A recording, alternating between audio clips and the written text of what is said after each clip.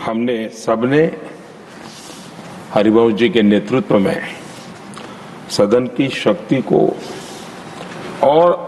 अधिक प्रभावी होते हुए भी देखा है और मैं कह सकता हूं कि केवल सदन की कार्यवाही का संचालन ही नहीं, वे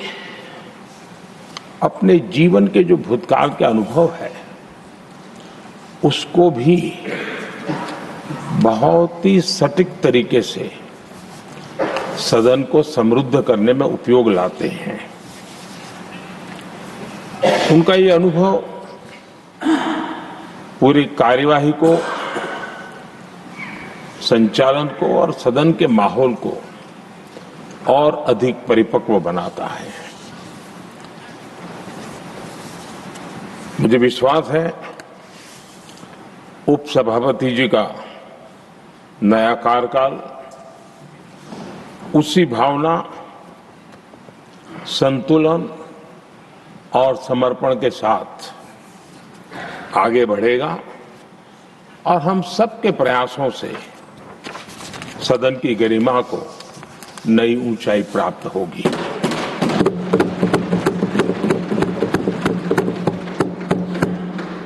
आदरणीय सभापति जी, हरिवंश जी का जन्म जेपी के गांव में हुआ और सहज रूप से ग्रामीण पृष्ठभूमि के कारण उन्होंने अपने गांव के विकास में विद्यार्थी काल से भी कुछ न कुछ करते रहे। उनकी शिक्षा दीक्षा काशी में हुई और इन सारे विषयों पर मुझे भूतकाल में बोलने का अवसर मिला तो मैं काफी कुछ कह चुका हूं, इसमें से आज उसको दोहराता नहीं हूं। एक बात का उल्लेख आज जरूर मैं करूंगा। आज 17 अप्रैल है और 17 अप्रैल 1927 हमारे पूर्व प्रधानमंत्री चंद्रशेखर जी की जन्म जयंती भी है।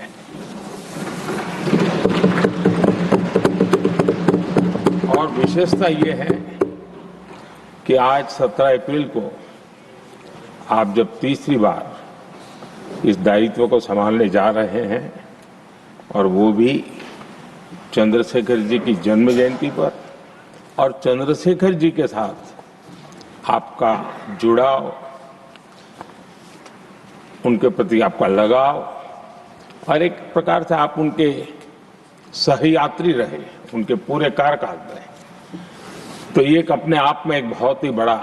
सुयोग है। आपने चंद्रशेखर जी के जीवन पर किताबें भी लिखी हैं और चंद्रशेखर जी के एक बृहद जीवन को नई पीढ़ी तक पहुंचाने का एक बहुत बड़ा काम भी आपने किया है और इसलिए आपके लिए एक बहुत बड़ा विशेष अवसर बन जाता है कि चंद्रशेखर जी की जन्म जयंती पर आपका तीसरा कार्यकाल का